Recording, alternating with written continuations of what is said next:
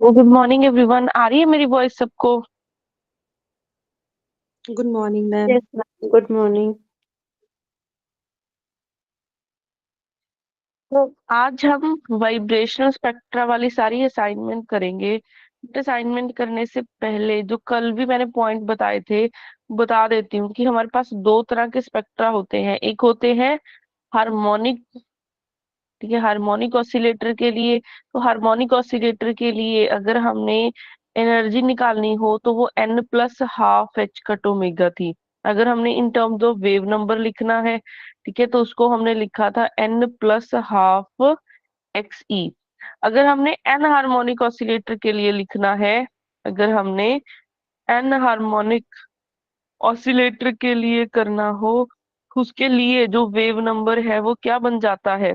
Wave number हमारा बन जाता है एन प्लस हाफ एक्स ई, साथ में एन प्लस हाफ का स्क्वायर आएगा और साथ में एक्स ई ओमेगा ई वाली टर्म आएगी, ठीक है। और जो एक्स ई है यहाँ पे, इसको आप वाइब्रेशनल कांस्टेंट, वाइब्रेशनल कांस्टेंट, या फिर आप इसको क्या बोल सकते हो, हार्मोनिक कांस्टेंट भी बोल सकते हो।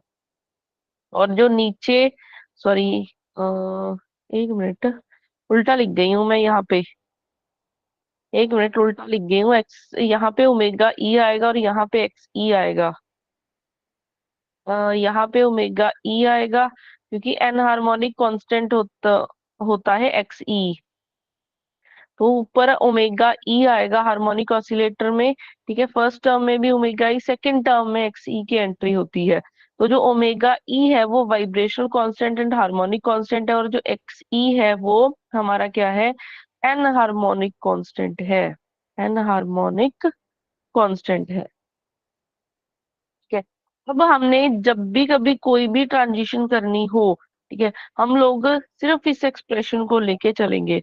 जो मैंने क्लास में लाइक एक डिफरेंस वाला भी एक्सप्रेशन करवाया था, वो और कंफ्यूज करता है ट्रांजिशंस में। तो बेटर है हम लोग सिर्फ इन दो चीजों को लेके काम करेंगे, ठीक है। सिर्फ इन दो चीजों को लेके पूरे के पूरे, कोई भी अगर पेपर में क्वेश्चन आता है, सिर्फ इन दोनों इक्वेशंस को यूज करके, एक ये वाली एक ये वाली, इनका यूज करके निकालेंगे। और एक थर्ड, आपसे अगर फ्रीक्वेंसी पूछ लिया जाए तो फ्रीक्वेंसी का फॉर्मूला क्या होता है? रूट के बाय एम, ठीक है। अगर एम की जगह पे हम लोग रिड्यूस मास की भी बात करते हैं तो ओमेगा इनवर्सली प्रोपोर्शनल होता है रिड्यूस मास के। तो ये कुछ टर्म्स हैं जो आगे हमें वाइब्रेशन स्पेक्ट्रा करने के लिए यूज होने वाली है। अब आपने सारी, आप सारे स्टूडेंट्स वाइब्रेशन स्पेक्ट्रा वाली असाइनमेंट ओपन कर लो अपने फोन में साथ के साथ। मैम कल भी आपने यही करवाया था। यस, बस मैंने एक्चुअली कल वाला लेक्चर अपलोड नहीं किया था तो आज वाला करूंगी, इसलिए मैंने रिपीट कर दिया क्लास में, जिन बच्चों जो ओके मैम। बच्चे रिकॉर्डेड देखते हैं। कल तो हमने सिर्फ फर्स्ट टू क्वेश्चंस ही किए थे सॉल्व, आज बाकी के सॉल्व करेंगे। बट मैं फर्स्ट टू भी रिपीट कर देती हूँ जिसको नहीं समझ में आए होंगे कल। जैसे क्वेश्चन नंबर फर्स्ट है, वाइब्रेशन स्पेक्ट्रा वाली असाइनमेंट सॉल्व कर रही हूँ। क्वेश्चन नंबर फर्स्ट में क्या है? हमें लोएस्ट फ्रीक्वेंसी पूछी है। हमें लोएस्ट फ्रीक्वेंसी पूछी है और आपके पास ऑप्शंस दे रखे हैं 4H 35Cl, बी ऑप्शन दे रखा है 2H 35Cl, सी ऑप्शन दे रखा है 4H 36Cl, डी ऑप्शन दे रखा है 4H 37Cl। तो अब यहाँ से देखो, हमने लोएस्ट फ्रीक्वेंसी फाइंड करनी है तो फ्रीक्वेंसी किसके इक्वल थी? Root k by mu. तो हमें पता चला कि जो ओमेगा है वो इनवर्सली प्रोपोर्शनल है मास के। तो अगर आपको फ्रीक्वेंसी चाहिए लोएस्ट, तो जो म्यू है वो हमारा क्या होना चाहिए? हाईएस्ट होना चाहिए, ठीक है। तो हमने म्यू देखना है, इन चारों में से जिसका म्यू हाईएस्ट होगा वो क्या हो जाएगा? हमारा आंसर हो जाएगा। तो अगर हम फर्स्ट टू ऑप्शंस में से देखें, फर्स्ट टू ऑप्शंस में से एक 435 है, एक 235 है, क्योंकि जो रिड्यूस मास है वो क्या बनना है? M1 M2 by M1 plus M2, ठीक है। एक तरफ 435 है, एक तरफ 235 है, तो 435 वाला ज्यादा ही होगा, तो ये वाला मैं निगलेक्ट कर देती हूँ। अब मैं ए और सी में से देखती हूँ। अगर मैं ए और सी में से देखती हूँ तो उसमें एक 435 है, एक 436 है, तो ये ए ऑप्शन निगलेक्ट हो जाएगी। फिर मैं लास्ट सी और डी में से देखूंगी, एक 436 है, एक 437 है, तो इसका मास ज्यादा होगा, तो ऑप्शन नंबर डी हमारा करेक्ट हो जाएगा। इसके लिए जो फ्रिक्वेंसी है वो हमारी लोएस्ट रहेगी। ये वाली फ्रिक्वेंसी हमारी क्या रहेगी? लोएस्ट रहेगी। उसके बाद नेक्स्ट करते हैं, क्योंकि ये तो कल भी करवा दिया था मैंने। Question number 2। क्वेश्चन नंबर 2 में क्या है? IR spectrum of a diatomic molecule. IR spectra की बात कर रहे हैं। आईआर स्पेक्ट्रा किसके लिए होता है? वाइब्रेशनल के लिए होता है। ठीक है। और हमने एक क्या किया था? Microwave spectra. अगर आपको नाम ही नहीं मेंशन किया कि वाइब्रेशनल की बात कर रहे हैं, वाइब्रेशन स्पेक्ट्रा की, बट वो मेंशन कर देंगे कि आईआर की बात कर रहे हैं, कि किस रीजन में फॉल कर रहे हैं, ठीक है, हमारा स्पेक्ट्रा। तो अगर आईआर की बात कर रहे हैं तो वाइब्रेशन होता है, अगर माइक्रोवेव की बात करते हैं तो रोटेशन होता है। ये पॉइंट आपको पता होने चाहिए। उसके बाद अगर इस क्वेश्चन की बात करें, हमें ट्रांजिशंस दी हुई है। हमें ट्रांजिशंस दी हुई है कि corresponding IR spectra of a diatomic molecule transition wave number दे रखा है हमें, corresponding to excitation from ground state to first second and third excited state. तो यहाँ पे अगर हम लोग एन जीरो से एन वन तक ट्रांजिशन हो रही है, तो आपको जो वेव नंबर डिफरेंस है वो दे रखा है 2114 ठीक है, फर्स्ट चीज।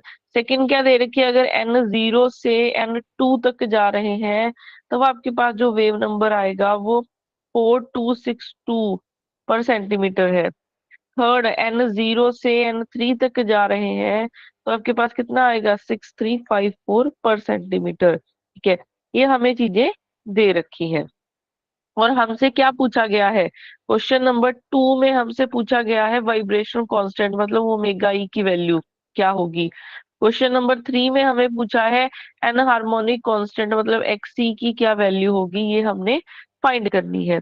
तो इसको फाइंड करने के लिए, क्योंकि एन हार्मोनिक कांस्टेंट पूछ लिया जाएगा, एन हार्मोनिक कांस्टेंट पूछा गया है, तो एन हार्मोनिक कांस्टेंट वाली क्वेश्चन यूज करेंगे। तो उसमें क्योंकि पर सेंटीमीटर है ना, इसका मतलब ये वेव नंबर की टर्म्स में गिवन है। तो वेव नंबर्स का फॉर्मूला हमने क्या लिखा था अभी? N plus half omega e minus n plus half का स्क्वायर ओमेगा ई एक्स ई। ठीक है। अब यहाँ पे हमने, अगर मैं फर्स्ट एन जीरो से एन वन की बात करती हूँ, तो एक बार मैं लिखूंगी जीरो के लिए। ठीक है, एक बार मैं लिखूंगी जीरो के लिए। तो जीरो सब जगह इस इक्वेशन में सब जगह एन को जीरो रखोगे तो half H, half omega e minus 1/2 का स्क्वायर 1/4 हो जाएगा एक्स ई ओमेगा ई। ठीक है। एक बार मैं एन को रखूंगी, एक बार एन को रखा जीरो, एक बार एन को रखूंगी वन, तो वन रखा तो क्या बनेगा? 3/2 ओमेगा ई माइनस 9/4 बन जाएगा ओमेगा ई एक्स ई। अब इन दोनों के, क्योंकि जब हम लोग ऊपर से नीचे की तरफ आएंगे, एन वन से एन जीरो से, ठीक है, एक हायर एनर्जी स्टेट से लोअर एनर्जी स्टेट से आएंगे, तो हम एक एनर्जी एमिट करेंगे ना। ठीक है। उसकी वेव नंबर डिफरेंस हमें दे रखा है कितना? फर्स्ट में 2144। तो इन दोनों का अगर डिफरेंस लेते हैं, we one minus nu one minus nu naught का डिफरेंस लेंगे तो क्या बनेगा? 3/2 omega e minus 1/2 omega e minus 9/4 omega e x e plus हो जाएगा, क्योंकि ऊपर माइनस है। तो इसको सॉल्व करके क्या आता है? Omega e minus 2 omega e x ई 8/4, ठीक है, 2 ही बनेगा। तो हमें इसकी वैल्यू दे दी गई है। ठीक है। जो ये डिफरेंस है ना, इसकी वैल्यू हमें दे दी गई है। कितनी दे दी गई है? 2144। फर्स्ट इक्वेशन हमारे पास ये आ गई है। फर्स्ट इक्वेशन हमारे पास ये आ गई है। ऐसे ही हम लोग सेकंड का यूज करके, थर्ड का यूज करके हम वैल्यूज निकाल सकते हैं। तो अगर मैं सेकंड इक्वेशन यूज करूं, एन जीरो से एन टू तक ट्रांजिशन हो रही है, ठीक है, हमारे पास ये है formula n plus half omega e minus n plus half का स्क्वायर ओमेगा एक्स ई। अगर हम लोग पहले एन को 0 रखते हैं तो उसकी वैल्यू क्या बनेगी, हाफ ओमेगा ई 1/4 ओमेगा ई एक्स ई। अगर मैं एन को अब 2 तक जाना है हमने, तो एन को 2 रखेंगे तो क्या बन जाएगा, 5/2 ओमेगा ई माइनस 5/2 का स्क्वायर करोगे 24/4 25/4 बन जाएगा ओमेगा ई एक्स ई। अब दोनों का ले लो डिफरेंस, और डिफरेंस की वैल्यू हमें क्या गिवन है, 4262, 4262 पर सेंटीमीटर।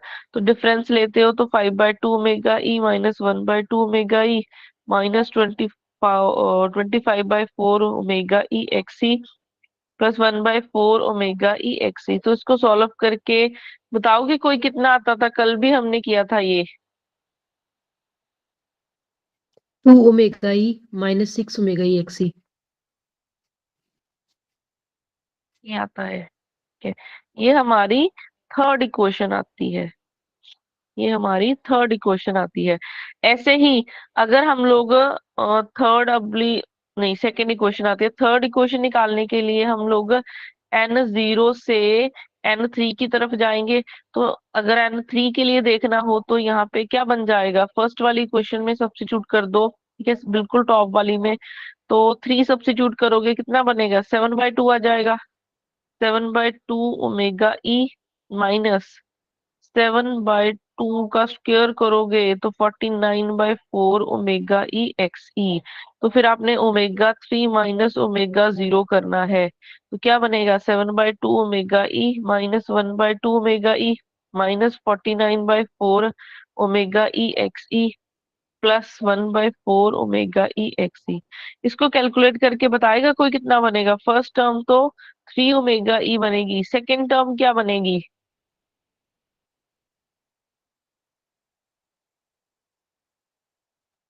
सेकेंड टर्म क्या बनेगी, इन दोनों को सब्ट्रैक्ट 12 करके। 12 12 हाँ, 12 कैसे बन गया, 12 मैम 12 ओमेगा ई एक्स ई 1 2 12। नहीं 12 कैसे बन गया, मैं ये पूछ रही हूँ। इधर इन दोनों को माइनस करोगे 48 बनेगा, 48/4 कितना होता है, 12 ही आएगा ma'am.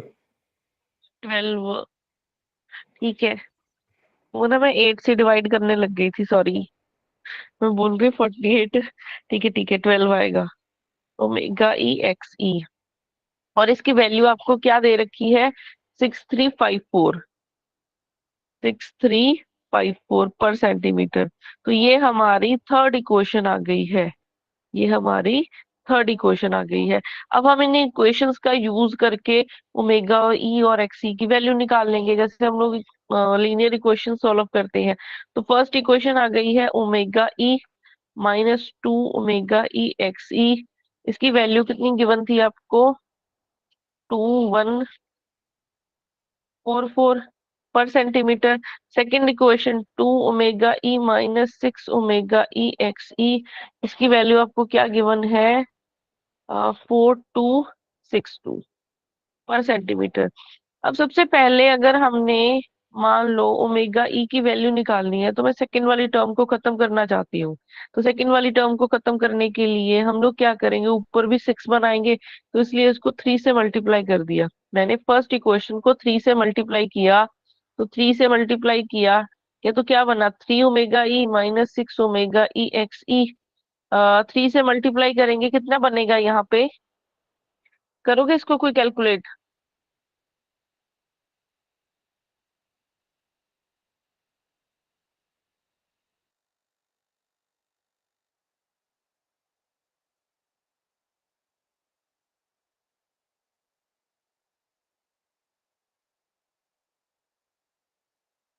Six four three to.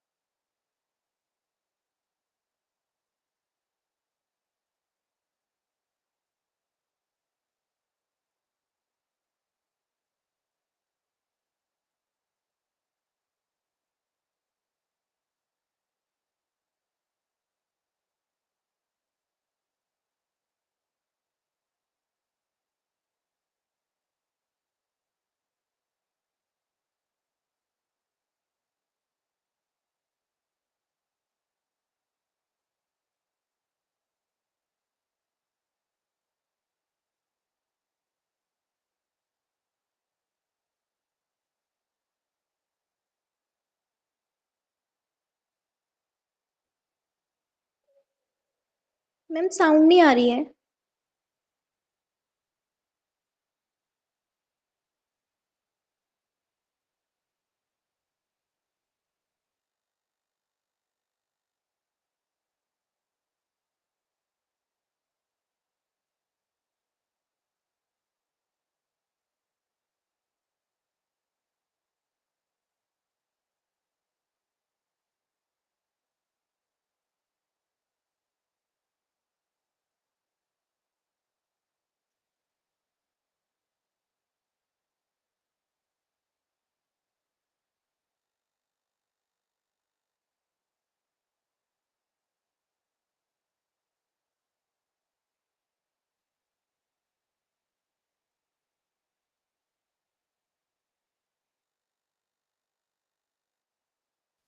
Hello hello ma'am.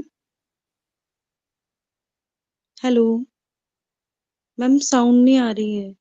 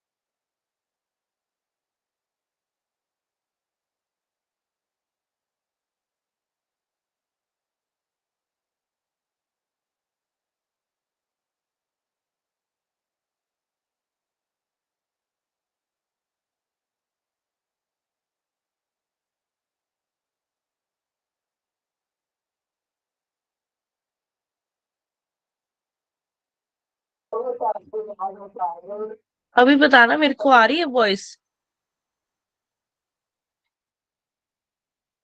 Yes ma'am. Yes ma'am. अब मेरे को ये बताना, कब से नहीं आ रही है वॉइस आपको? जब हम इक्वेशन सॉल्व कर रहे टाइम से। इक्वेशन, एक मिनट, एक रुको, मेरे को बताना, एक मिनट।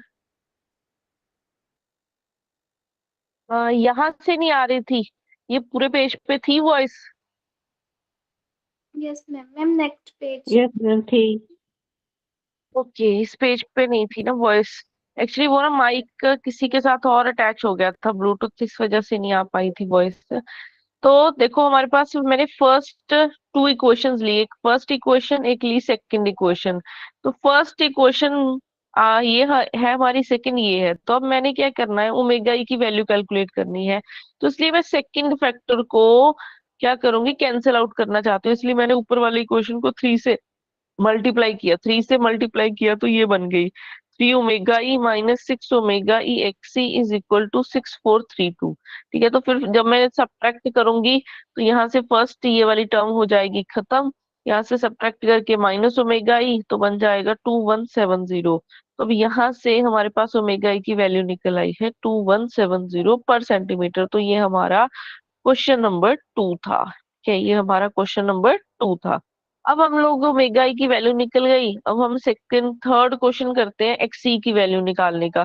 तो मैंने फर्स्ट इक्वेशन उठाई, उसमें से क्या किया, ओमेगा ई की वैल्यू सब्स्टिट्यूट कर दी। ठीक है, ओमेगा ई की वैल्यू सब्स्टिट्यूट कर दी, तो सब्स्टिट्यूट किया, फिर ये वाली इक्वेशन बन जाएगी।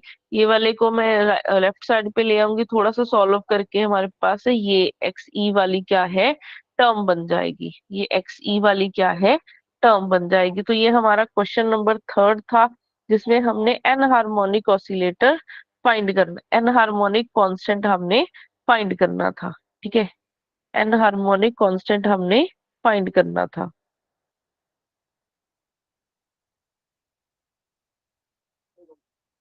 अब उसके बाद देखो, नेक्स्ट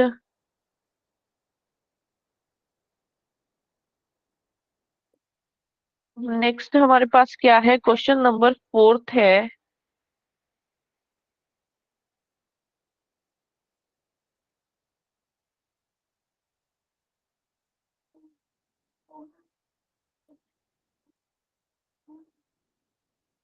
क्वेश्चन नंबर 4 देखो। क्वेश्चन नंबर 4 में हमें क्या पूछा हुआ है, द वाइब्रेशनल एनर्जी लेवल्स, उन्होंने ट्रांजिशन की है 0 से 1 तक ट्रांजिशन कर रहे हैं, of a diatomic molecule are separated by. तो जब ट्रांजिशन हो रही है तो वेव नंबर डिफरेंस इन्होंने दे रखा है, वो कितना दे रखा है, 2143 पर सेंटीमीटर।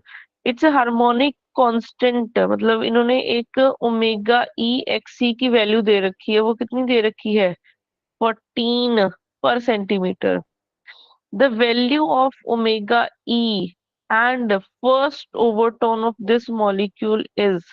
तो हमें ओमेगा ई की वैल्यू फाइंड करनी है, फर्स्ट पॉइंट हमारा ये है, ठीक है। ओमेगा ई की हमने क्या है, वैल्यू फाइंड करनी है।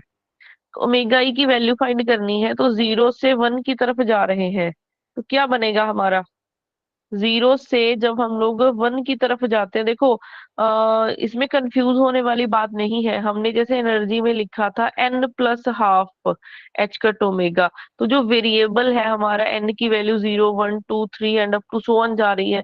बहुत सारी बुक्स में ऐसा लिख देते हैं, ये ना न्यू लेके चलते हैं, n की जगह पे nu plus half h cut omega omega ले लेते हैं, फिर न्यू की value 0 1 2 3 and up to so on चलती जाती है। मैंने न्यू इसलिए सिंबल यूज नहीं किया क्योंकि न्यू हमारी फ्रीक्वेंसी भी है, ठीक है। हम लोग न्यू बार लिखते हैं बार बार, फिर वो न्यू और न्यू बार में आप लोग कंफ्यूज होते हैं, इसीलिए मैंने उसको अलग सिंबल ले लिया था हमने एन। तो इस चीज में कंफ्यूज नहीं होना है, ये एन 0 से n 1 तक ट्रांजिशन हो रही है, n 0 से n 1 तक ट्रांजिशन हो रही है। तो अगर n 0 से n 1 तक ट्रांजिशन हो रही है, हमारे पास वेव नंबर होता क्या है, ये होता है n plus half omega e minus n plus half का स्क्वायर ओमेगा ई एक्स ई। एक बार n को रखोगे 0 तो आपके पास क्या बन जाएगा, हाफ एच हाफ ओमेगा ई, यहाँ पे 1/4 ओमेगा ई एक्स ई। एक बार n को रखोगे 1, क्योंकि हमने 0 से 1 जाना है ना, तो यहाँ से आपके पास क्या बन जाएगी value, 3/2 omega e minus 9/4 omega e x ई। तो दोनों को कर दो, डिफरेंस दोनों का लोगे तो वो हमें मेंशन कर दिया गया है 2143 इज इक्वल टू, ये बनेगा omega e minus 2 omega e x ई। तो हमारे पास इक्वेशन आ गई है ये, हमारे पास इक्वेशन आ गई है ये। तो अगर इस इक्वेशन को हम लोग आगे अभी यूज करते हैं, इस इक्वेशन का,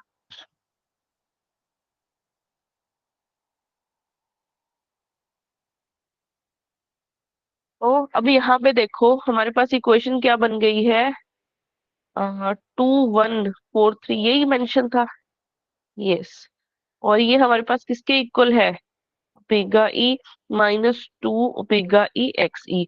और आपको ओमेगा ई एक्स ई की वैल्यू दे रखी है, कितनी दे रखी है स्टेटमेंट में, फोर्टीन कितनी वैल्यू,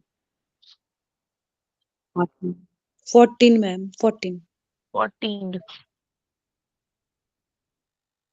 यहाँ पे वैल्यू सब्स्टिट्यूट कर देते हैं, 2143 is equal to omega e minus 2 times 14। तो यहाँ से सॉल्व करके आपके पास क्या बन जाएगा, 28।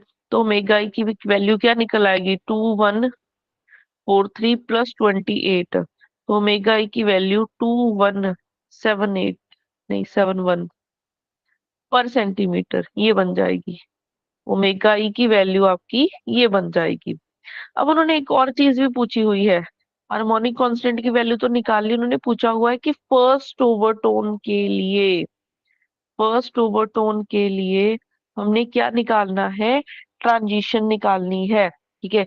अब एक चीज याद रखो, कल भी जैसे अगर मैंने बताया था ये, कि फंडामेंटल बैंड के लिए ट्रांजिशन होती है वही 0 से 1 की तरफ अगर हम जाते हैं, अगर हम 0 से 1 की तरफ जाते हैं तो फंडामेंटल बैंड बनेगा। अगर फर्स्ट ओवरटोन की बात करते हैं, फर्स्ट ओवरटोन की बात करते हैं तो हमने n0 से n2 तक गए थे। अगर मैं सेकंड ओवरटोन की बात करूंगी तो हम लोग n0 से n3 की तरफ जाएंगे and up to so on. इस चीज को नोट डाउन कर लेना। ठीक है, फंडामेंटल बैंड होता है जब हम 0 से 1 की तरफ जाएंगे, फर्स्ट ओवरटोन n0 से n2 की तरफ, सेकंड ओवरटोन n0 से n3 की तरफ। तो उन्होंने फर्स्ट ओवरटोन पूछा है, मतलब 0 से 2 की तरफ हमने जाना है। तो 0 के लिए ये तो हम लोग ऑलरेडी चीज निकाल चुके हैं ना, ये चीज हम लोग ऑलरेडी निकाल चुके हैं। पीछे एक्सप्रेशन देखो, 0 से 2 की तरफ जाते हैं, ये रहा, 0 से 2 की तरफ जाते हैं तो आपके पास ये वाली चीज बनती है। आपके पास omega 2 minus omega 0 is equal to 2 omega E minus 6 omega E ये वाली टर्म आती है जब हम लोग 0 से 2 की तरफ जाते हैं। मैं डिट्टो चीज अभी बार बार नहीं लिखूंगी, मैं डायरेक्ट ही लिख रही हूँ।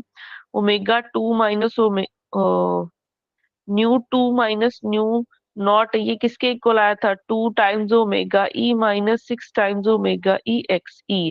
अब हमें ओमेगा E की वैल्यू पता है, ओमेगा E की वैल्यू पता है, मैं ये आराम से इसको निकाल सकती हूँ। तो आपके पास ये क्या बन जाएगा, 2 टाइम्स 2171 माइनस 6 टाइम्स 14। इसको कैलकुलेट करके आंसर बताना क्या बनेगा। मैम ये ना आंसर गलत दिया है, इसमें 4258 आंसर होना चाहिए इसका। ये ऑप्शन में यही आएगा, 4528 लिख दिया है। यही बनेगा जो अब बोला है आपने, यही बनेगा आंसर। ये दो चीजें 4238 38 लिखो मैम। 4 2 3 मैम 38 आएगा। जी।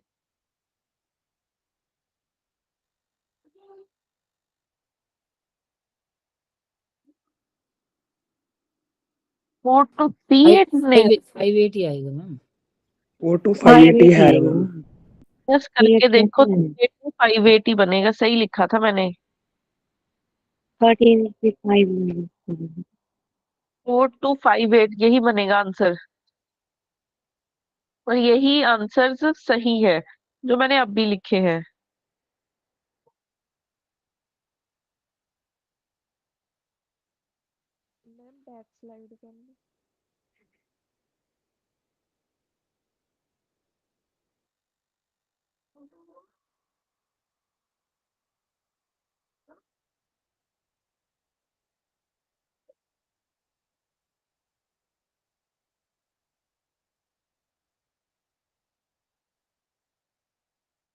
मैम हमारा 4238 आ रहा है। तो चेक करने में गलती, मैम कैलकुलेटर यूज किया अभी फिर से, पहले खुद किया था, कैलकुलेटर यूज किया है।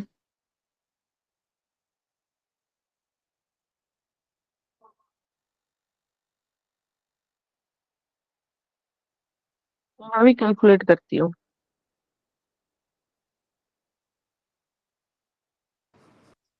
ठंड लग गई है कैल्सी को। 4 2 5 8 ही आएगा आंसर।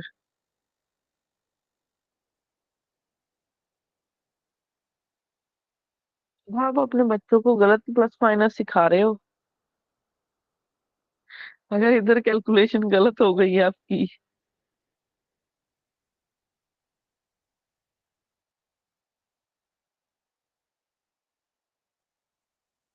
माइनस करके देखो, 6 से मल्टीप्लाई करना है, फिर उसको माइनस कर। मैम वही गलती 14 6 से गलत कर रही हूँ।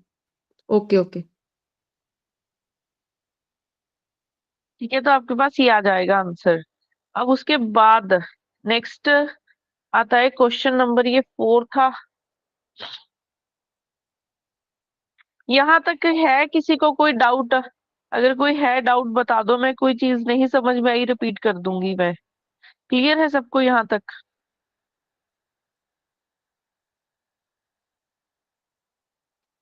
उसके बाद नेक्स्ट आता है क्वेश्चन नंबर 5। क्वेश्चन नंबर 5 में हमें क्या पूछा है, the infrared spectrum of HCl gas shows an absorption band centered at 2885 per centimeter. The 0 point energy of the HCl molecule under harmonic oscillator approximation is. तो 0 point energy हमने निकालनी है। 0 point energy वैसे होती क्या है? 0 point एनर्जी होती क्या है?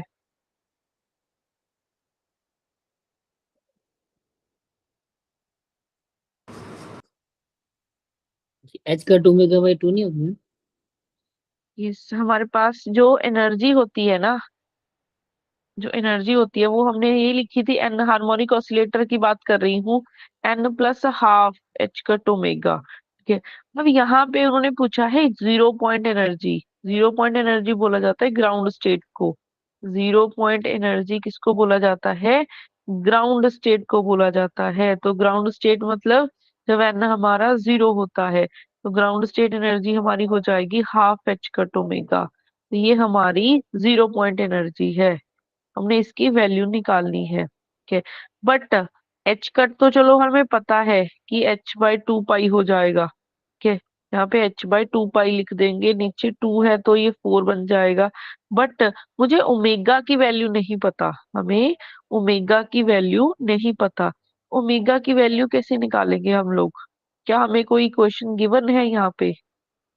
Ma'am absorption band fundamental band हुआ। यस, फंडामेंटल बैंड, क्योंकि उन्होंने बोला है सेंटर्ड।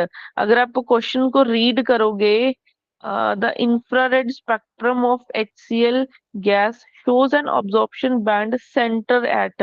तो सेंटर पे तो हमारा कौन सा बनता है? फंडामेंटल बैंड ही बनता है ना।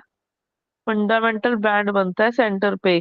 तो फंडामेंटल बैंड के लिए ट्रांजिशन कहाँ से कहाँ होती है? n0 से n1 की तरफ होती है। तो इसके लिए आपको वही वेव नंबर डिफरेंस दे रखा है 2885। तो यहाँ से हम लोग निकाल सकते हैं, यहाँ से हम लोग निकाल सकते हैं ओमेगा की वैल्यू।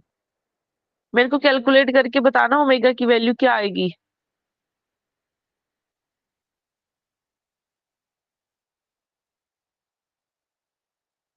करो इसको सभी कैलकुलेट।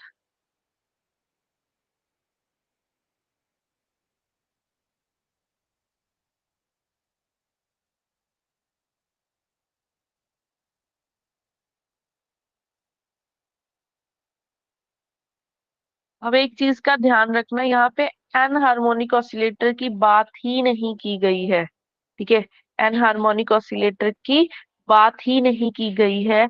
और अगर एन हार्मोनिक ऑसिलेटर की बात ही नहीं की गई है तो हम लोग किस पे बात कर सकते हैं? हम लोग सिंपल जो हार्मोनिक ऑसिलेटर वाली एनर्जी लिखी है उस पे बात कर सकते हैं ना हम लोग। एनर्जी ये होती है n+12 एच कट ओमेगा। ठीक है, एन हार्मोनिक ऑसिलेटर के लिए तो वेव नंबर की फॉर्म में लिखोगे आप तो n+12 ओमेगा ई लिख देते हैं। अब हमें डिफरेंस क्या करना है? n0 से n1 तक जाना है।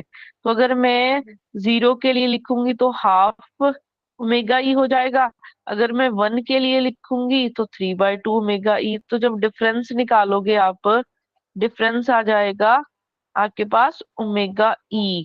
डिफरेंस क्या आ जाएगा? ओमेगा ई का आ जाएगा आपके पास। और ये डिफरेंस आपको दिया कितना हुआ है? 2885। ठीक है, 2885 आपको ये दिया है। अब यहाँ पे मेरे को एक चीज बताओ कि ओमेगा ई हम लोग किसको लिखते थे? जब वाइब्रेशनल स्पेक्ट्रा किया था तो हमने बताया था ना, मैंने आपको, ओमेगा ई बोलो किसको लिखते थे?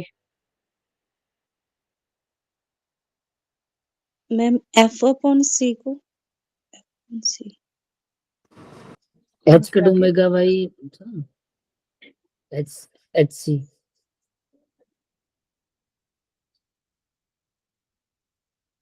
देख लो F/C दोबारा से। ओमेगा/HC को लिखते थे मैम भाई। एनर्जी होती है n+12 एच कट ओमेगा। तो अगर हमारे पास एनर्जी मैम होती है स्लाइड एच न्यू, बैक करना। मैं करती हूँ 1 मिनट। Okay ma'am. लिखो इसको जल्दी से, बताती हूँ फिर ओमेगा ई को क्या लिखते थे हम लोग।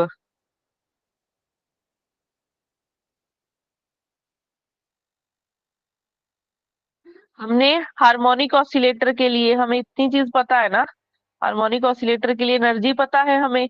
तो अब अगर हमने in terms of wave number निकालना है तो ई होता है एच सी, एच न्यू होता है, एनर्जी होती है हमारे पास एच न्यू।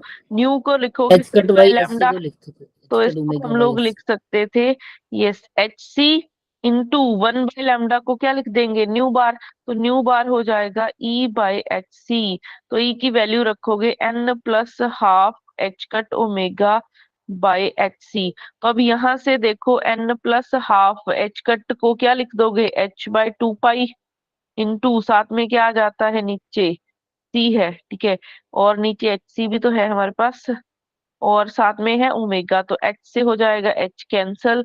तो ये बना n plus half omega by 2 pi सी। तो इस पूरी टर्म को हम लोग क्या लिखते थे, इस पूरी टर्म को हमने ओमेगा ई लिखा था।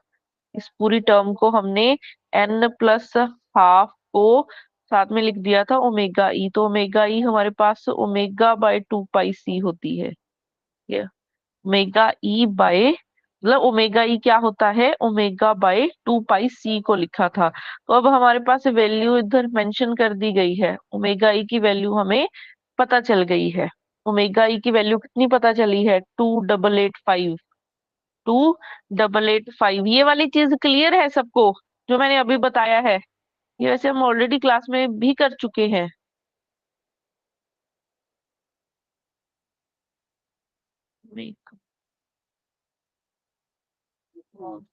अब देखो हमारे पास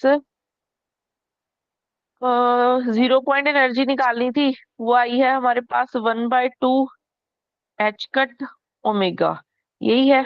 अब हमने क्या करना है यहाँ पे, अब हमने एच कट को मैंने लिखा h बाय 2 पाई हो जाएगा, ठीक है, साथ में ओमेगा है और एक 2 का फैक्टर भी आ रहा है।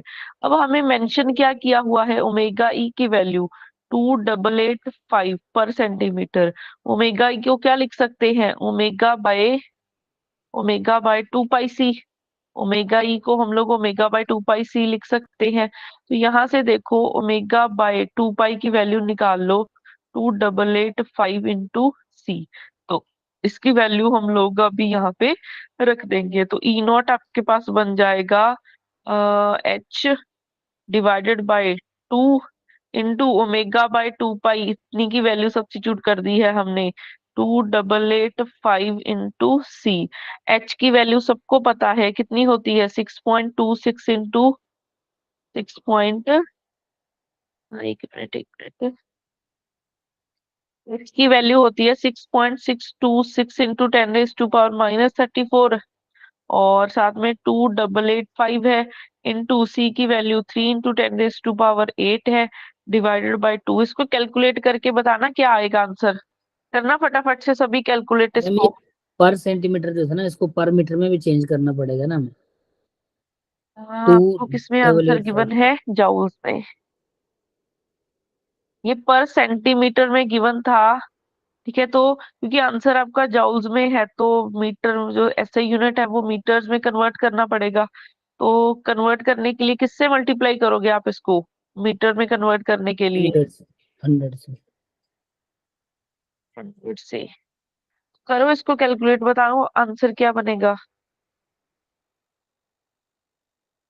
ये 5.773 टन की पावर बन जाएगा। 5.73 इंटू 10⁻⁻। मैम 1 मिनट में कर रहा हूँ।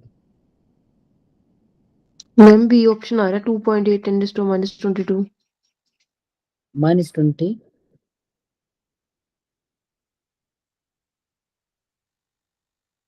एग्जैक्ट बन रहा है, मैम 2.8 बन रहा है इंटू 10⁻22। 22 बन रहा है ऊपर। हाँ हाँ हाँ, ये नहीं 20 नहीं बन रहा है, 20 होगा मैम, 20, बी ऑप्शन में। तो मल्टीप्लाई बाय 100 करेंगे।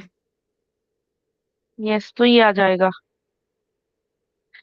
तो ये आपका ऑप्शन नंबर बी में पड़ा हुआ है, ये आपका ऑप्शन नंबर बी में आ रहा है।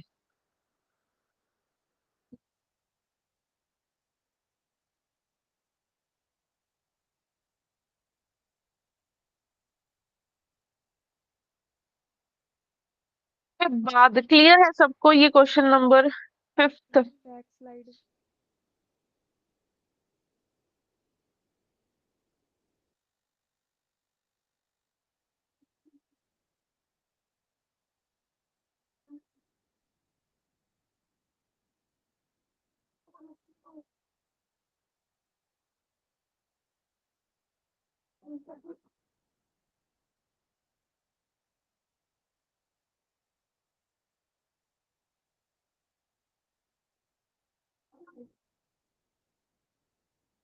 और उसके बाद नेक्स्ट ये क्वेश्चन नंबर 5th था। क्वेश्चन नंबर 6th देखो। क्वेश्चन नंबर 6th क्या है? Overtones are observed in the vibration spectra of a diatomic molecule. Option दे रखे हैं कि जब एनहार्मोनिक जो कांस्टेंट है वो लार्ज होगा, एनहार्मोनिक कांस्टेंट एब्सेंट होगा, vibration and rotational modes are coupled, and alternating electric field is applied. Overtones कब आती हैं? ओवरटोन्स आती हैं जब आपके पास क्या होता है, एनहार्मोनिक एन हार्मोनिक ऑसिलेटर होता है। ठीक है, एन हार्मोनिक ऑसिलेटर कब आता है? एक हमने किया हुआ है हार्मोनिक ऑसिलेटर, ठीक है, ये क्लास में भी बताया था मैंने। हार्मोनिक ऑसिलेटर में क्या होता है, जो एम्पलीट्यूड है, ठीक है, ऑसिलेशंस का, वो बहुत ज्यादा स्मॉल होता है। जो एम्पलीट्यूड है वो होता है स्मॉल। जब हम लोग एम्पलीट्यूड को लार्ज कर देते हैं, एम्पलीट्यूड को बढ़ा देते हैं, तो आपके पास क्या टर्म्स आती हैं? एन हार्मोनिक ऑसिलेटर आता है। तो जो ओवरटोन्स है वो एन हार्मोनिक ऑसिलेटर में प्रेजेंट होती है, इसमें ओवरटोन्स आती है, इसमें ओवरटोन्स आएंगी। तो इसका ऑप्शन नंबर ए करेक्ट हो जाएगा। का ऑप्शन नंबर ए क्या हो जाएगा? करेक्ट हो जाएगा। उसके बाद नेक्स्ट आता है क्वेश्चन नंबर 7 और 8, दोनों के लिए सेम स्टेटमेंट है।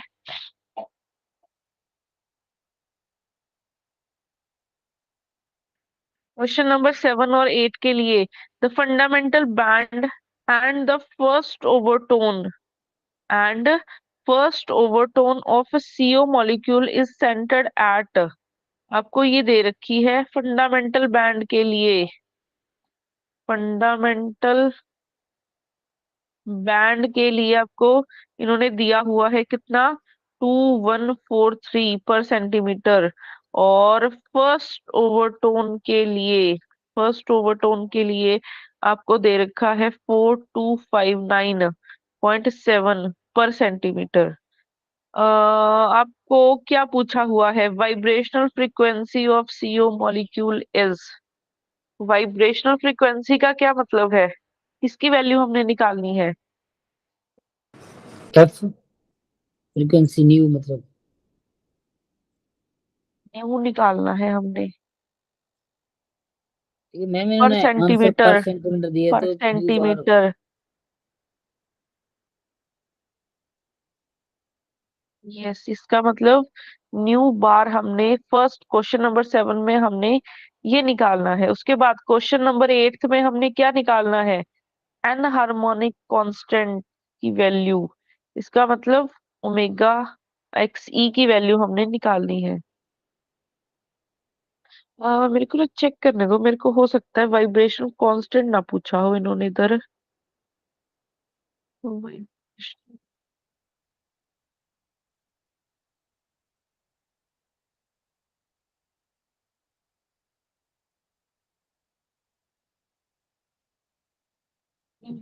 वेव नंबर की वेव नंबर ही पूछा हुआ है इन्होंने। तो अब यहाँ से अगर हमारे पास फर्स्ट, मतलब फर्स्ट ओवरटोन से पहले फंडामेंटल बैंड की बात करती हूँ। फंडामेंटल बैंड मतलब ट्रांजिशन कहाँ से कहाँ होती है? फंडामेंटल बैंड की ट्रांजिशन, ये तो अभी बहुत बार कर चुके हैं हम। सीधे delta nu bar is equal to omega e bar into 1 minus 2 XC आ जाएगा ना तो। यस, फर्स्ट फंडामेंटल बैंड होता है N0 से N1 की तरफ, फर्स्ट ओवरटोन होती है N0 से N2 की तरफ। अगर मैं फंडामेंटल बैंड की बात करती हूँ तो उसके लिए डायरेक्ट हम लोग लिख सकते हैं 2143 पर सेंटीमीटर। ये किसके इक्वल आना चाहिए? ν1 माइनस ν0, ये होता है omega e minus 2 XE omega ई। ये तो हम अभी काफी बार कर चुके हैं, ठीक है। और अगर मैं फर्स्ट ओवरटोन की बात करती हूँ तो इसके लिए 4259.7 पर सेंटीमीटर इज इक्वल टू, ये क्या बन जाएगा आपके पास, फर्स्ट ओवरटोन 2 से 0 की तरफ होती है। माइनस 6 सीधा ही लिखो, 6 ओमेगा ई एक्स। यस, ये बनेगा, ठीक है। अब हम लोग इसको इन दोनों को सॉल्व करके क्या कर सकते हैं, ओमेगा ई और एक्स ई की वैल्यू फाइंड कर सकते हैं।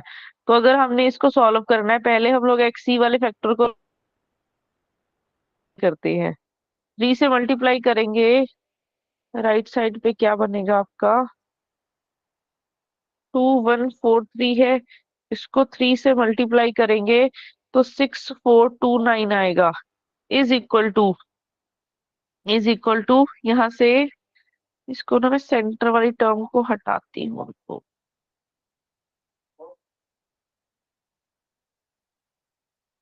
आपके पास 4259 पर centimetre is equal to 2 omega e minus 6 XE omega E.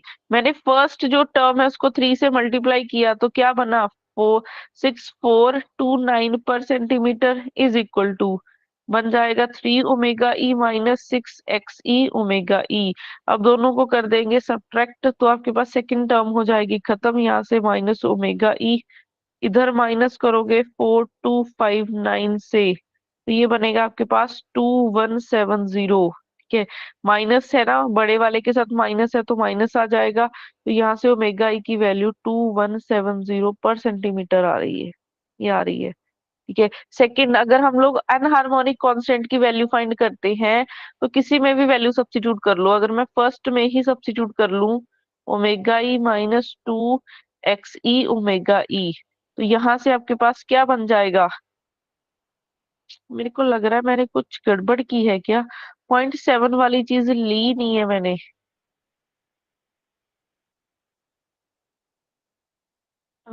Yes, यहाँ पे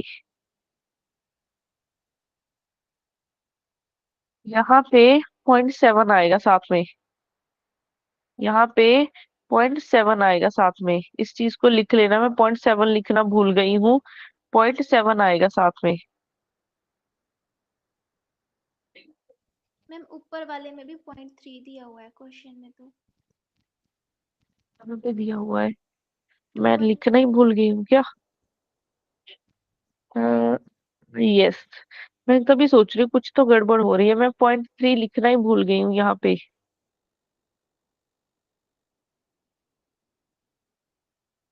सिर्फ राइट साइड वाले पे गड़बड़ है ना,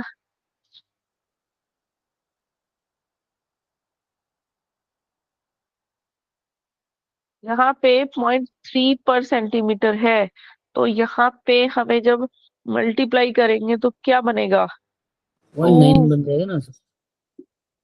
2143.3 है, मल्टीप्लाई करोगे आप 3 के साथ तो 64299.9 बन जाएगा इधर, ठीक है। तो जब दोनों को सब्ट्रैक्ट करोगे, दोनों को सब्ट्रैक्ट करके क्या बनेगा, -4259.7 इज इक्वल टू, बस यहाँ पे 0.2 आ जाएगा, इतना फर्क आएगा, यहाँ पे 0.2 आ जाएगा, और कोई भी फर्क नहीं पड़ेगा, यहाँ पे 0.2, यहाँ पे 0.2 आएगा, यहाँ पे 0.2 लगा लो, यहाँ पे 0.2 लगा लो, ठीक है। सिर्फ इतनी वैल्यू में फर्क आएगा, 0.2 का फर्क आएगा, तो ओमेगा ई की वैल्यू हमारी ये बन जाएगी।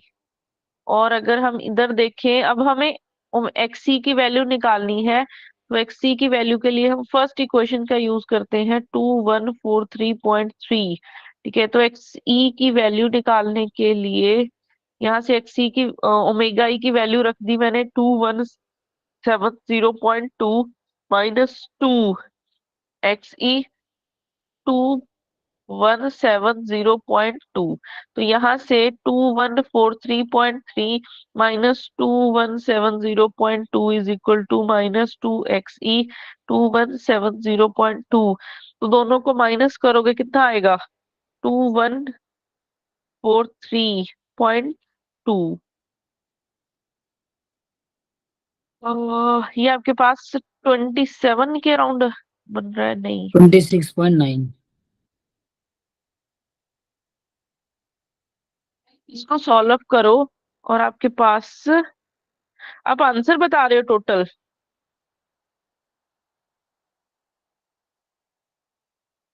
टोटल आंसर तो 0.006 आ रहा है इसका। 006, और ये किसी ऑप्शन में मेरे को दिख तो नहीं रहा। 0.00619। मैम इन्होंने ना ओमेगा ई एक्सी की वैल्यू निकाली है ये ना, अगर हम ओनली 2 को डिवाइड करें तब हमारा आ रहा है 13 पॉइंट कुछ, पर एक्सी निकालने के लिए 0.006 ही आ रहा है। ई ही पूछा होगा इन्होंने, या फिर उन्होंने एक्सी और ओमेगा ई की वैल्यू पूछ ली गई है यहाँ पे। चलो फिलहाल आप एक्सई की, यहाँ से इसको सॉल्व करके एक्सई की वैल्यू आपकी कितनी आ रही है? एक्सई की वैल्यू कितनी आ रही है? 0.006।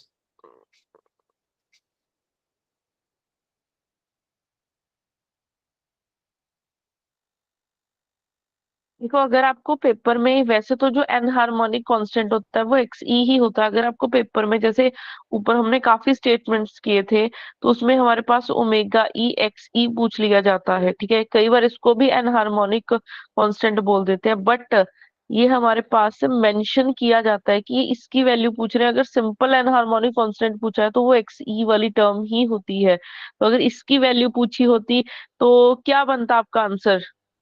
अगर इसकी वैल्यू पूछी होती, ओमेगा ई एक्स सी को मल्टीप्लाई करके बताना कितना 13.5। बनेगा? 13.5। 13.5 पर 13.5। सेंटीमीटर,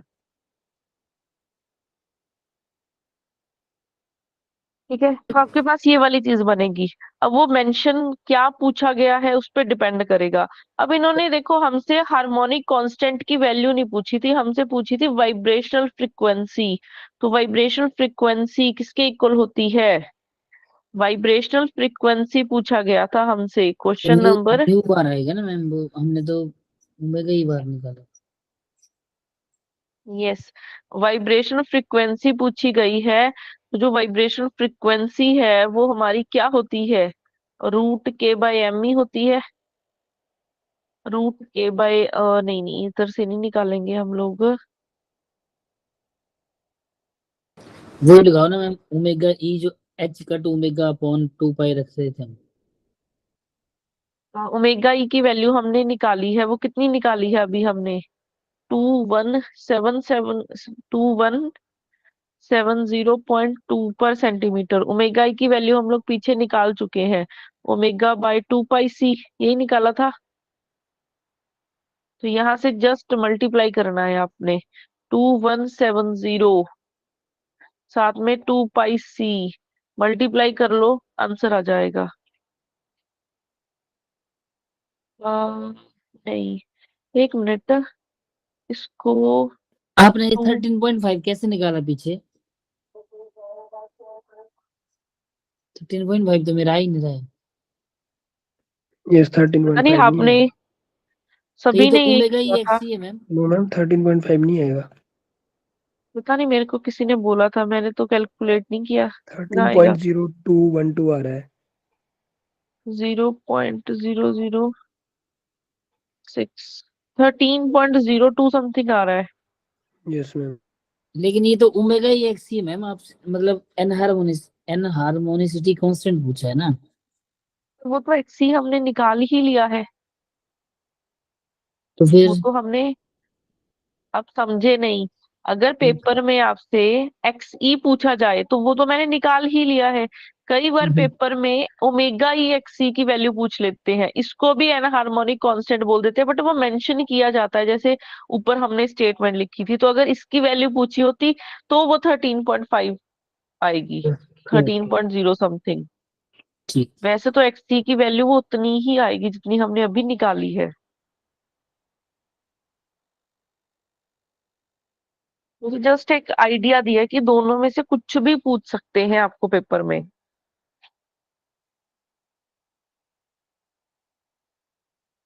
मैम ये जो आप वाइब्रेशनल फ्रीक्वेंसी निकालने के लिए बता रहे हैं फॉर्मूला, तो उससे रिलेटेड तो आंसर कुछ है ही नहीं है। ये तो कुछ और ही वैल्यू आ रही है और वैसा आंसर भी निकालते नहीं हैं। है। नहीं, हम बताते एक मिनट देखते हैं। इसमें हमें एक रिड्यूस मास भी दिया हुआ है, रिड्यूस मास कार्बन का, तो फ्रीक्वेंसी निकालनी है। वाइब्रेशनल फ्रीक्वेंसी किस चीज की बात कर रहे हैं ये?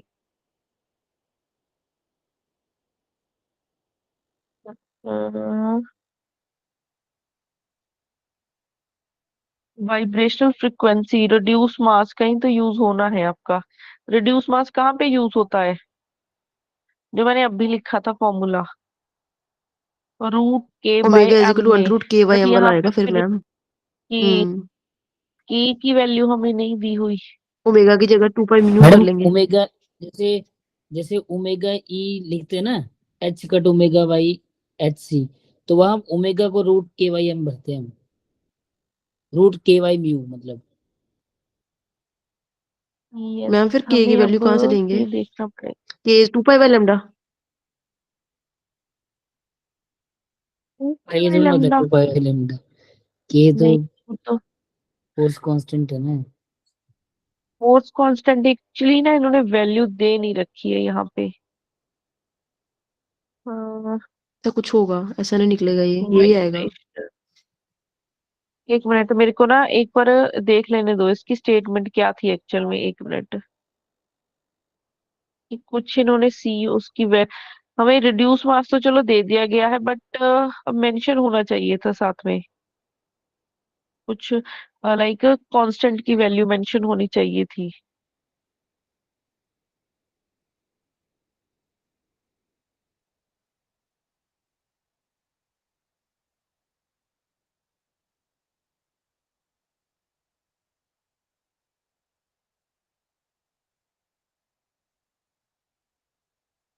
हमें फंडामेंटल बैंड की फ्रीक्वेंसी दे दी जाए, क्या हम लोग फोर्स कांस्टेंट निकाल सकते हैं?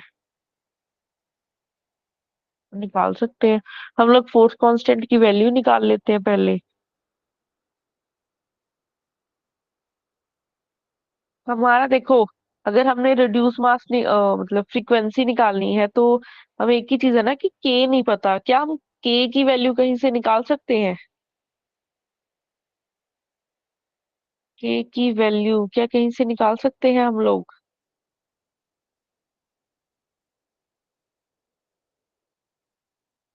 सोचो, इसको कहीं से निकाल सकते हैं क्या के की वैल्यू?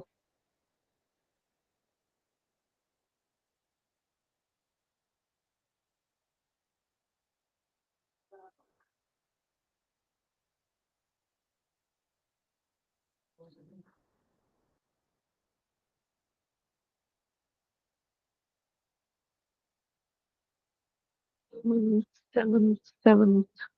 अरे नहीं, दिक्कत पता है क्या आ रही है? जरूरत नहीं है, ये स्टेटमेंट में मिस्टेक है। आपको वाइब्रेशनल फ्रीक्वेंसी नहीं, वाइब्रेशनल कांस्टेंट की वैल्यू पूछी गई है यहाँ पे। क्वेश्चन नंबर 7th में लिख लो। क्वेश्चन नंबर 7th में वाइब्रेशन फ्रीक्वेंसी नहीं पूछा हुआ है इन्होंने, वाइब्रेशनल टाइपिंग मिस्टेक कर रखी है, वाइब्रेशनल कांस्टेंट की वैल्यू पूछी है। और वाइब्रेशनल कांस्टेंट की वैल्यू हमने ऑलरेडी निकाल ली है। वो ऑलरेडी क्या निकाली है ये? आप ऑप्शन चेक करो, क्वेश्चन नंबर 7th का ए ऑप्शन करेक्ट लिखा हुआ है, और वही हमने वैल्यू अभी निकाली है। ओमेगा ई ही पूछा हुआ है, फ्रीक्वेंसी नहीं पूछा हुआ आपसे। मैडम वो तो कर लिया था पहले ही, आप मतलब वो तो आ ही गया। फर्स्ट क्वेश्चन, यस वो तो आ ही गया। एक्चुअली उन्होंने वाइब्रेशन फ्रीक्वेंसी वो टाइपिंग मिस्टेक कर रखी है ना असाइनमेंट में, तो ये बोल रही हूँ कि क्वेश्चन नंबर 7th में वाइब्रेशन फ्रीक्वेंसी नहीं, और वाइब्रेशन मैम ये कांस्टेंट जो बी पूछा है। पार्ट है ना इसका, ये जो मैं क्वेश्चन नंबर 8 था, इसमें भी एन हार्मोनिसिटी बोलते हैं ओमेगा ई एक्स सी को, तो ये कांस्टेंट नहीं होना, इसमें एन हार्मोनिसिटी आना चाहिए। यस, तभी मैंने वो दोनों चीजें आपको बताई हैं साथ में। ठीक है, तो इसमें टाइपिंग मिस्टेक की हुई है, बाकी हमने दोनों की दोनों वैल्यूज यहाँ पे निकालनी है। उसके बाद नेक्स्ट आ जाता है क्वेश्चन नंबर 8, 7th 8th हो गया है हमारा। उसके बाद आ जाता है क्वेश्चन नंबर, मैम दूसरी वैल्यू कहाँ निकाली हमने? कौन सी value? Eighth. Eighth anharmonic constant की वैल्यू निकाल तो ली है ये एक्स ई। अगर ओमेगा ई एक्स सी की वैल्यू पूछे तो वो 13.5 निकाल ली है, जो दोनों को मल्टीप्लाई कर दिया। ये आपका क्वेश्चन नंबर 7 था, ये आपका क्वेश्चन नंबर 8 था। Okay ma'am, okay. उसके बाद आ जाता है क्वेश्चन नंबर 9। क्वेश्चन नंबर 9 क्या है? The vibrational rotational energy of a diatomic molecule में बी रिटर्न एज अ। तो टोटल उन्होंने पूछा है एनर्जी, वो किसकी एनर्जी पूछा है? रोटेशनल के लिए प्लस वाइब्रेशनल के लिए, प्लस वाइब्रेशनल के लिए। तो रोटेशनल एनर्जी हमारे पास क्या होती है? H cut square by 2 I J plus 1। और जो वाइब्रेशनल एनर्जी है वो हमने अभी लिखी थी n plus half h cut omega. देखो अब क्वेश्चन में एच कट ओमेगा नहीं है, क्या दिया हुआ? H new. तो हमें एच कट ओमेगा तो पड़ा हुआ है, एच कट की वैल्यू सब्स्टिट्यूट कर दो, h/2 पाई इंटू ओमेगा। तो यहाँ से ओमेगा/2 पाई को हम लोग न्यू लिख सकते हैं। तो इसको आप मतलब एच कट ओमेगा को एच न्यू भी लिख सकते हो, सेम ही बात है। ठीक है, इस चीज में कंफ्यूज मत होना। एच कट ओमेगा को एच न्यू भी हम लोग लिख सकते हैं। तो आपके पास ये एक्सप्रेशन बन जाएगा h cut square by 2 I J plus 1 plus n plus half h nu. ठीक है, ये बन जाएगा। तो यहाँ से कौन सा ऑप्शन बन रहा है? फर्स्ट ही ऑप्शन बन जाएगा। नहीं, और फर्स्ट ऑप्शन नहीं बनेगा, फर्स्ट ऑप्शन नहीं बनेगा। वैसे कोई बता सकता है कि फर्स्ट ऑप्शन क्यों नहीं बनेगा?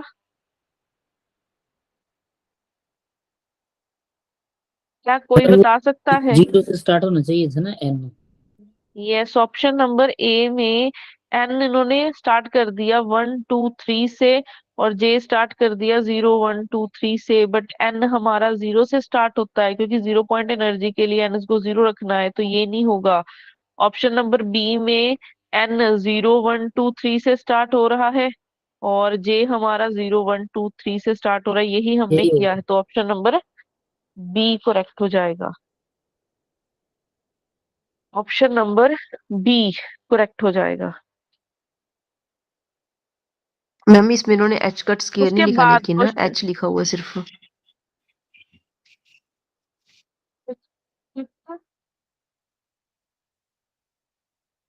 हाँ, मैम एच स्क्वेयर ही अच्छा, होगा, क्योंकि आप J into J H plus cut one नहीं ले है। रहे हैं, तो एच स्क्वेयर ही आएगा ना मैम। वो तो टाइपिंग मिस्टेक हो सकती है, कोई इतनी वो नहीं है। वो जो मैंने मैम ये लिखा है ना एम वो के चीज रिलेटेड भी कोई सही है। रिलेशन होता है इनका? मैम एम के साथ कोई रिलेशन होता है इसका? ये नीचे दो नहीं, फॉर्मूलेस लिखे हैं। ओके।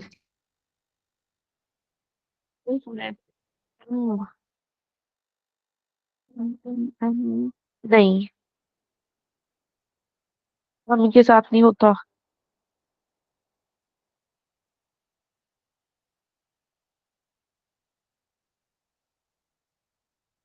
ये गलत लिखा हुआ है।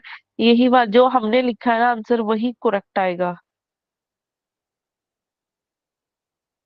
जो मैंने अभी लिखा है ना वो चीज सही है, ये चीज करके आए हैं हम।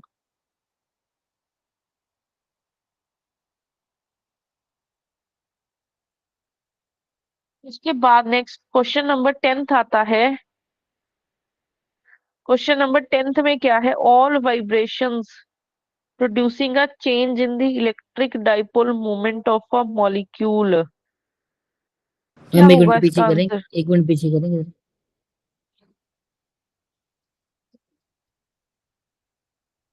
Okay ma'am, done done ma'am.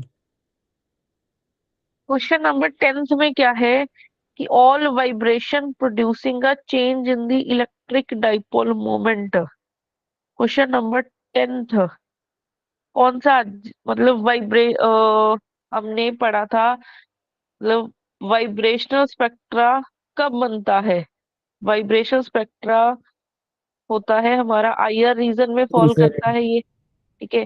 तो ये कब बनता है, जब ऐसे पार्टिकल्स वाइब्रेट कर सकते हैं, ऐसे पार्टिकल वाइब्रेट करते हैं जिसमें डाइपोल मोमेंट क्या होता है, चेंज होता है, तो इसका वाइब्रेशन स्पेक्ट्रा मतलब ऑप्शन नंबर बी करेक्ट हो जाएगा, जिसमें IR स्पेक्ट्रा लिखा हुआ है। रिपीट कर रही हूँ, जिन पार्टिकल्स में डाइपोल मोमेंट चेंज करता है वो पार्टिकल वाइब्रेशन स्पेक्ट्रा देते हैं, और वाइब्रेशन स्पेक्ट्रा किस रीजन में फॉल करता है, IR रीजन में फॉल करता है। चेंज इन डाइपोल मोमेंट, उसका तो आंसर डायरेक्ट था। उसके बाद आ जाता है question number 11। Question direct number ही 11 में डायरेक्ट ही ना मैम, वो हाँ, भी वाइब्रेशन और रोटेशनल पूछा, तो वाइब्रेशन में इंफ्रारेड होता है, रोटेशन में माइक्रोवेव, और दोनों होते हैं इंफ्रारेड, तो सी आंसर yes। बनेगा। तो उन्होंने क्वेश्चन नंबर 11 में क्या पूछा है, the typical wavelength emitted by a diatomic molecule in purely vibration and purely rotational spectra। तो वाइब्रेशनल स्पेक्ट्रा में हमने देखा है अभी कि IR में होता है, और जो रोटेशनल स्पेक्ट्रा वो होता है माइक्रोवेव में। तो infrared and microwave, option number C correct हो जाएगा। उसके बाद नेक्स्ट आ गया लास्ट क्वेश्चन, क्वेश्चन नंबर 12 इस असाइनमेंट का लास्ट क्वेश्चन है।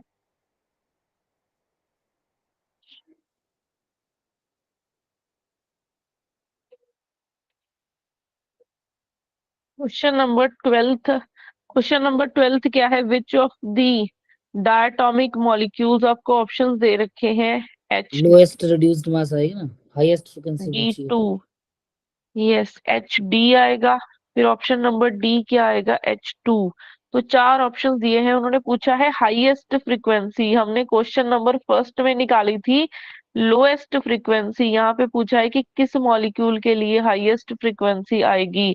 तो फ्रीक्वेंसी होती है हमारी रिड्यूस मास के इनवर्सली प्रोपोर्शनल, इसका मतलब अगर इसको हाईएस्ट करना है तो इसको लोएस्ट होना पड़ेगा। तो जिसका मास लोएस्ट है, ठीक है, जिसका मास लोएस्ट है उसकी हमारी क्या होगी, फ्रीक्वेंसी सबसे ज्यादा हाईएस्ट होगी। अब हमने लोएस्ट मास H2 ढूंढना है, एच H2 होगा ना डी। लोएस्ट। मैम ये डी डी का और वैसे टी जो ड्यूटेरियम और ट्राइटियम है, ये डी यस, वही ना ड्यूटेरियम और ट्राइटियम। वही है। एक होता है H हमारे पास, सेकंड हो जाता है जिसका मास 2 हो जाएगा, आइसोटोप्स ही है हाइड्रोजन के, फिर थर्ड हमारे पास ये होते हैं, तीन तरह के मॉलिक्यूल्स होते हैं। तो अगर आप एक तरफ इसका मास देखोगे, मतलब H का भी मास 1 है, T का देखोगे इसका मास कितना है, 3। एक तरफ ये मॉलिक्यूल है, ये एक तरफ आपके पास ये मॉलिक्यूल है, एक तरफ D2 मतलब इन दोनों के मासेस कितने हैं, 2 और HD इनका, इसका मास 1 है, इसका 2 है। HH का देखोगे तो इसका 1 है, तो सबसे कम मास किसका आ रहा है, सबसे कम मास, एक तरफ 1 3 है, एक तरफ 2 2 है, तो इसका एक तरफ 1 2 है, तो सबसे कम मास मेरे को तो 1 1 का ही दिख रहा है, H2 का ही सबसे कम मास दिख रहा है यहाँ पे, ठीक है, H2 का सबसे कम मास है। अगर आप फर्स्ट जैसे ऑप्शन जैसे निग्लेक्ट करोगे, A और B में से देखोगे, ए और बी में से तो सेम ही आ रहा है, ठीक है, 1 3 है एक, 2 2 आ रहा है। फिर अगर आप सी ऑप्शन देखोगे 1 2, तो ये दोनों में से ही लोएस्ट हो गया, तो ए भी कट जाएगा, बी भी कट जाएगा, इन दोनों में से देखोगे फिर डी ऑप्शन बचेगा। तो ऑप्शन नंबर डी करेक्ट हो जाएगा, जिसका लोएस्ट मास है, जिसका लोएस्ट मास है उसकी एनर्जी भी क्या होनी, लोएस्ट मास है तो फ्रीक्वेंसी क्या होएगी, हाईएस्ट होएगी। इस असाइनमेंट में किसी को कोई डाउट हो,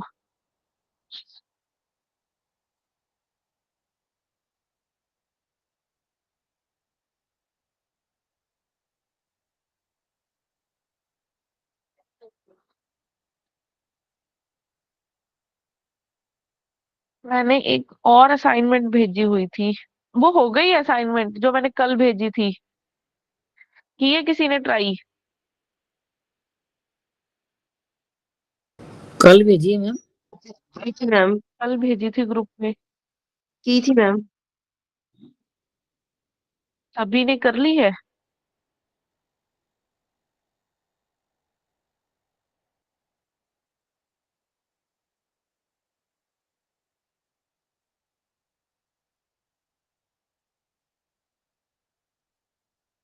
तो उसमें कुछ क्वेश्चंस तो जितने हम लोग कर सकते हैं करते हैं। एक मैंने असाइनमेंट भेजी थी कल, एक्सरे स्पेक्ट्रा वाली।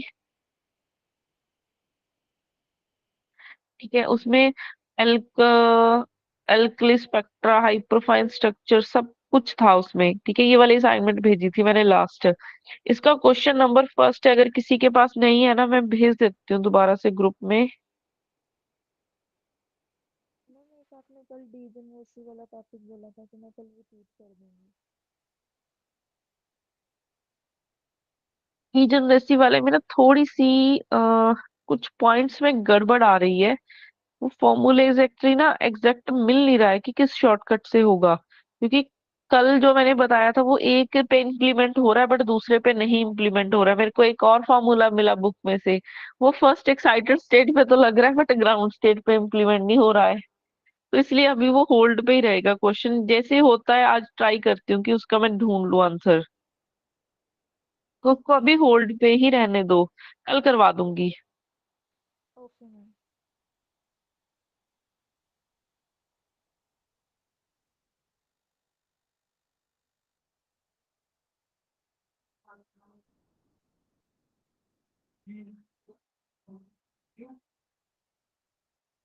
मैम ये एक्सरे है सिलेबस में? नहीं, इसका कोई क्वेश्चन भी नहीं है इसमें, बस ऐसे ही लिखा हुआ है, कट कट कट कर दिया है। सिलेबस नाम ही है बट है नहीं सिलेबस में ये। असाइनमेंट में भी कोई क्वेश्चन नहीं है। तो आगे आपका ग्रुप।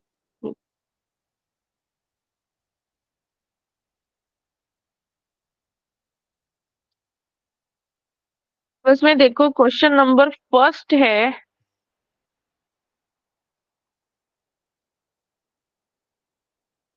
क्वेश्चन नंबर फर्स्ट में क्या है? The number of components in the hyperfine structure corresponding to the spectral line due to a transitions। तो हाइपरफाइन स्ट्रक्चर की बात कर रहे हैं ये। हाइपरफाइन स्ट्रक्चर की बात कर रहे हैं। ट्रांजिशन कहाँ से कहाँ हो रही है?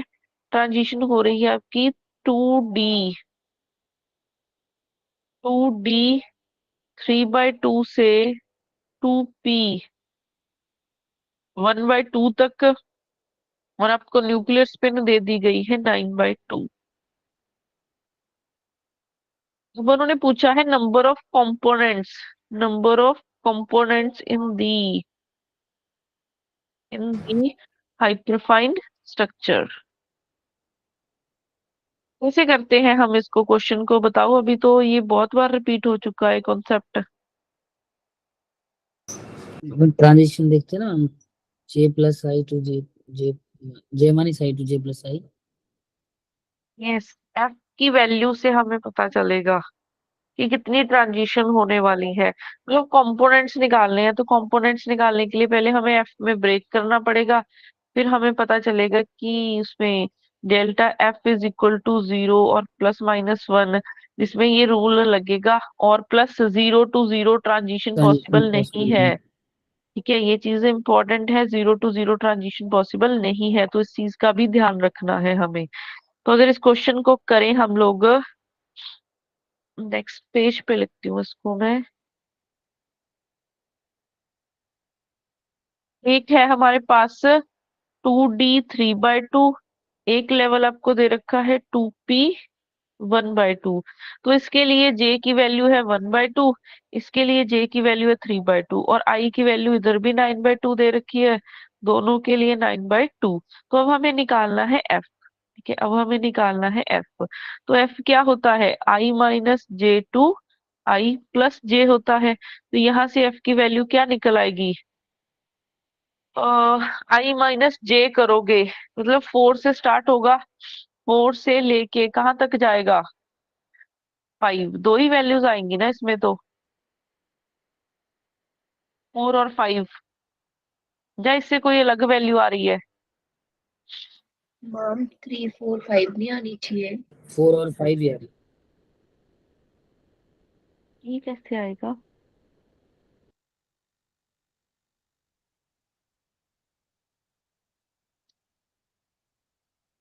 समझ नहीं आई आपकी बात, क्या बोल रहे हो आप?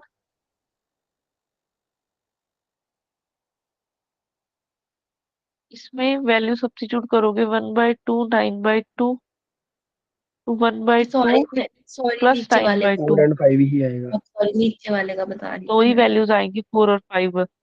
नीचे नीचे वाले वाले का क्या अगर आएंगे आप मैम? 3 4 5 6। मैं नीचे वाले का ही कर रही थी सॉल्व, मैंने देखा नहीं कि आपने ऊपर वाला पूछा। एफ की वैल्यू ऊपर वाले के लिए 4 और 5 आ गई, एफ नीचे वाले के लिए आ गई है 3 4 5 6। तो ये एफ वैल्यूज में स्प्लिट हो जाता था। यस, ये एफ वैल्यूज में स्प्लिट हो जाता था। ऊपर आएगी एफ की वैल्यू 4 और नीचे आएगी मतलब ऊपर आ जाएगी 5, नीचे 4, नीचे आएगी आपके पास 4 वैल्यूज। ये बनेगा 6 6 5। आंसर क्या है मैम इसका? आंसर ये 6 ही है। तो अब देखो, हमने एफ हाइपरफाइन स्ट्रक्चर में वो एफ वैल्यूज में स्प्लिट हो जाता है। अब हमें ट्रांजिशन करनी है ऊपर से नीचे। 5 से 6 आ सकते हैं, बिल्कुल आ सकते हैं, क्योंकि डेल्टा एफ का चेंज 0 और +-1 रहना चाहिए, और F0 से F0 ट्रांजिशन पॉसिबल नहीं है। बस इन दोनों चीजों का ध्यान रखना है हाइपरफाइन स्ट्रक्चर में। तो 5 से 6 आ सकते हैं, 5 से 5 आ सकते हैं, 5 से 4 भी आ सकते हैं, 5 से 3 नहीं आएंगे, 2 का चेंज आ जाएगा, तो सिर्फ 3 पर जा पाएगा।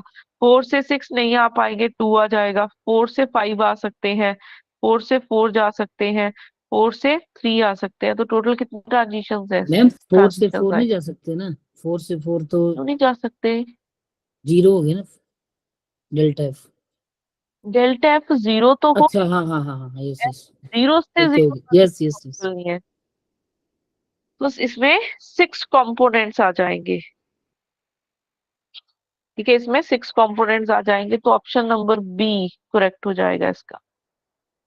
ऑप्शन नंबर बी हो जाएगा करेक्ट।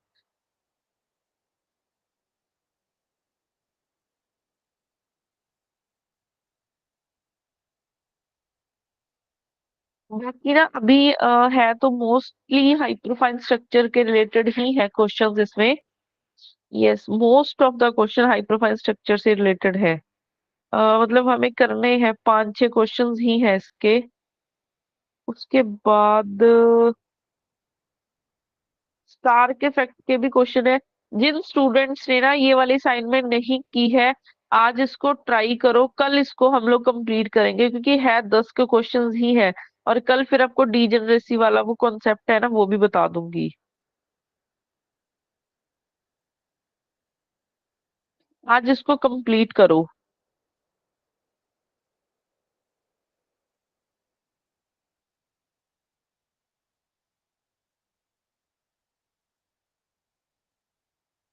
इसी चीज को हम लोग कल की क्लास में कंटिन्यू करेंगे। हम दिन में होगी क्लास आज? दिन में हाँ, क्वांटम की होगी आपकी, टाइमिंग 3 to 4। 3 से 4 सेम। ये कौन सी असाइनमेंट थी? और वाइब्रेशन ईडी का मैम कब से स्टार्ट होगा फिर? किसका? ईडी ईडी का? वो मैं एक्चुअली मॉर्निंग में ही स्टार्ट करवाऊंगी आपका। के रात को भी होगी ईडी दोबारा का क्लास आज? आज आज नहीं, आज मैं रात को स्टार्ट करवाऊंगी। आज स्टार्ट कंप्लीट करवाना है। मैम फिजा मैम की क्लास करवा दो दिन में। पिज्जा मैम जिम में अवेलेबल ही नहीं होते हैं, उनकी क्लासेस होती हैं। और मैम नए नए टॉपिक करवाने के बजाय अच्छा है कि जो हो गया उसका प्रैक्टिस करवा दो ना। वाइब्रेशनल ठीक है, कोई बात नहीं। हाँ, मैं एक्चुअली अभी ना मैं पूरे सिलेबस के अकॉर्डिंग ना वो 10 आपके मॉक टेस्ट रेडी किए हैं, बस वो टाइप होने के लिए गए हुए हैं। कल वो कर दिया, तो अभी ना 10 के 10 मॉक टेस्ट दूंगी और साथ में डिस्कशन भी करवाऊंगी। उसमें पूरे सिलेबस के अकॉर्डिंग क्वेश्चंस हैं जो कि बहुत इंपॉर्टेंट है। उसकी मैम पीडीएफ भी उसमें देना ना, कम पीडीएफ। हाँ पीडीएफ दे दूंगी। उसमें आपके 800 क्वेश्चंस हैं टोटल। जैसे आपको फाइनल पेपर आ रहा है उसके अकॉर्डिंग 10 मॉक टेस्ट है, उसमें आपके 800 क्वेश्चंस है। तो वो अगर आप कर लेते हो ना तो सारे सिलेबस के क्वेश्चन डिस्कस हो जाएंगे आपके। वो ही करवा दो मैम फिर। तो वो बस से मेरे पास एक आधे दिन में टाइप होके आ जाएंगे, फिर जैसे ही आते हैं फिर वो करवा दूंगी।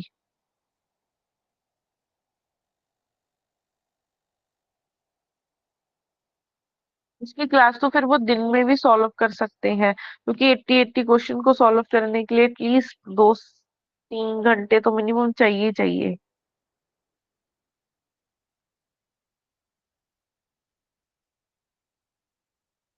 जैसे वो आते हैं ना टाइप होके फिर मैं आपको बताती हूँ।